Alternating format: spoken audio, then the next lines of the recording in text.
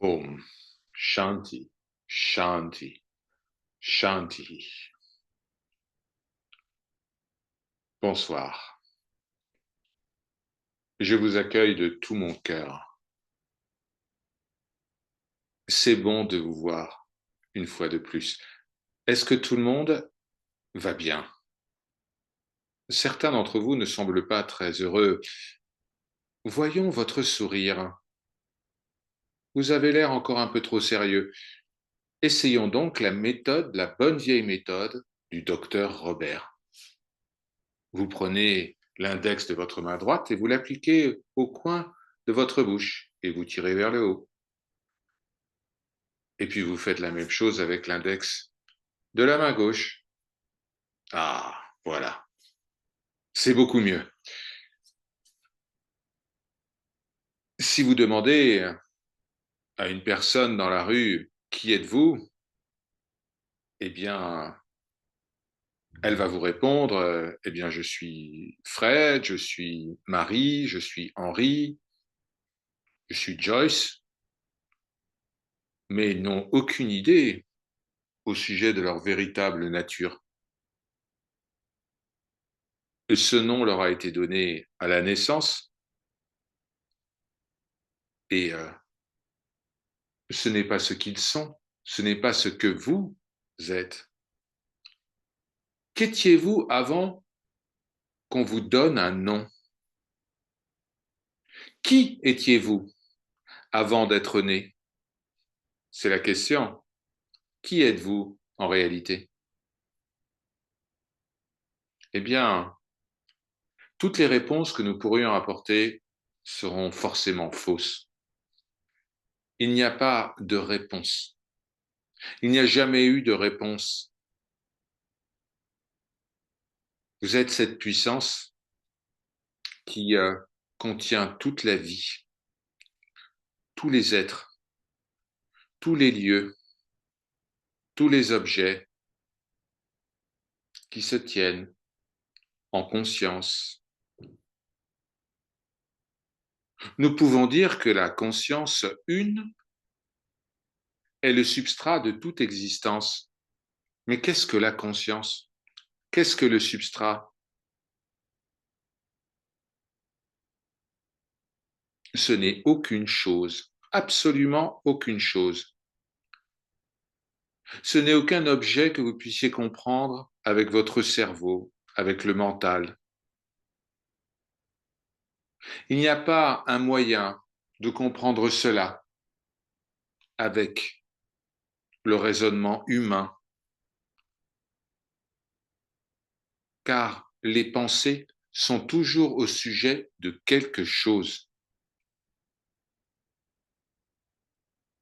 Alors, vous pouvez dire que la conscience peut être ceci ou cela, mais comment la conscience peut être ce que les pensées disent à son sujet? Toutes les pensées font partie du monde relatif et toutes les pensées ne vous apportent rien en dehors de vous proposer l'expérience d'être humain. Vous devez aller bien au-delà des pensées, bien au-delà du raisonnement, bien au-delà de toute chose, de toutes les choses que vous avez cru comprendre pour être conscience, pour comprendre la conscience. Afin de faire cela, toutes vos croyances doivent être déposées.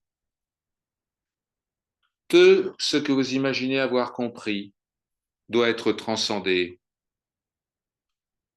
Tout ce à quoi vous avez pensé, vous pensez, vous penserez, doit être déposé.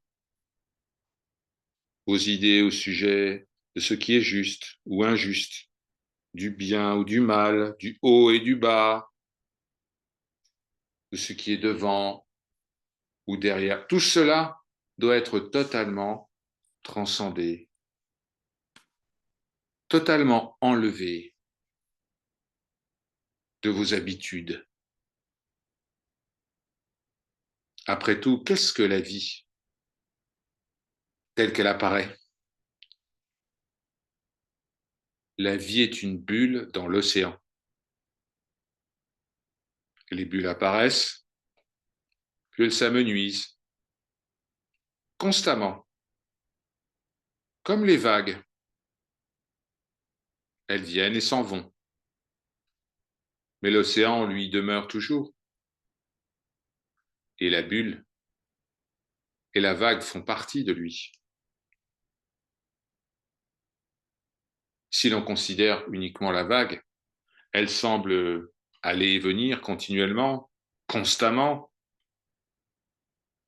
Des millions et des millions de petites bulles et de vagues vont et viennent à chaque instant.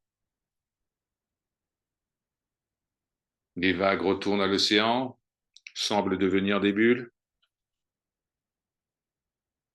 mais en réalité, l'océan demeure l'océan. Il en va de même avec la vie humaine. Il en va de même avec l'existence. Vous apparaissez sous la forme d'un être humain. Vous semblez être une personne.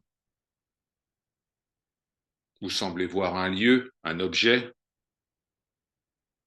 Mais ce n'est pas la vérité. Cette manifestation est transitoire, impermanente. Elle ne durera pas. Ce que vous semblez être disparaîtra, reviendra sous une autre forme, disparaîtra à nouveau, etc. Mais qu'en est-il de l'océan? L'océan demeure l'océan. Dans l'océan, il y a plein de créatures marines.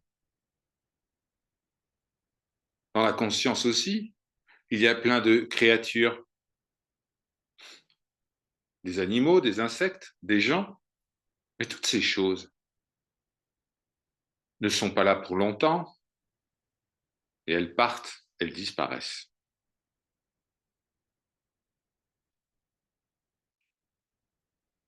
Pourquoi nous intéresser à tout cela?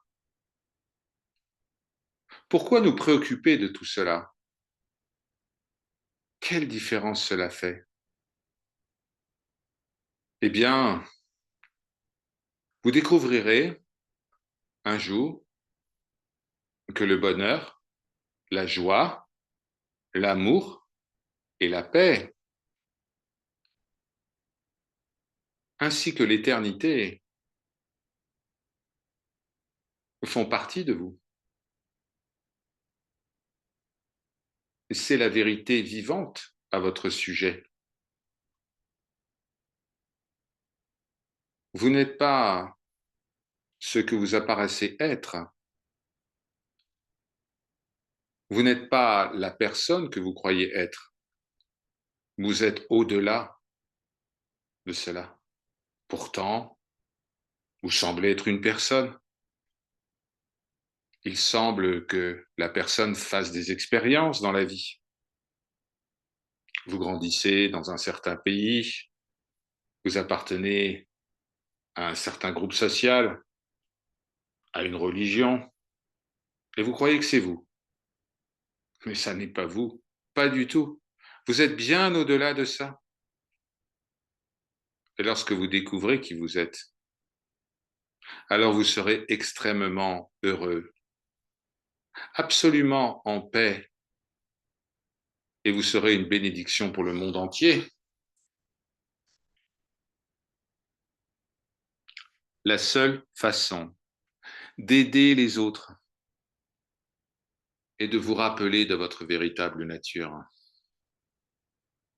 La seule façon d'être utile aux autres est de vous rappeler de votre véritable nature.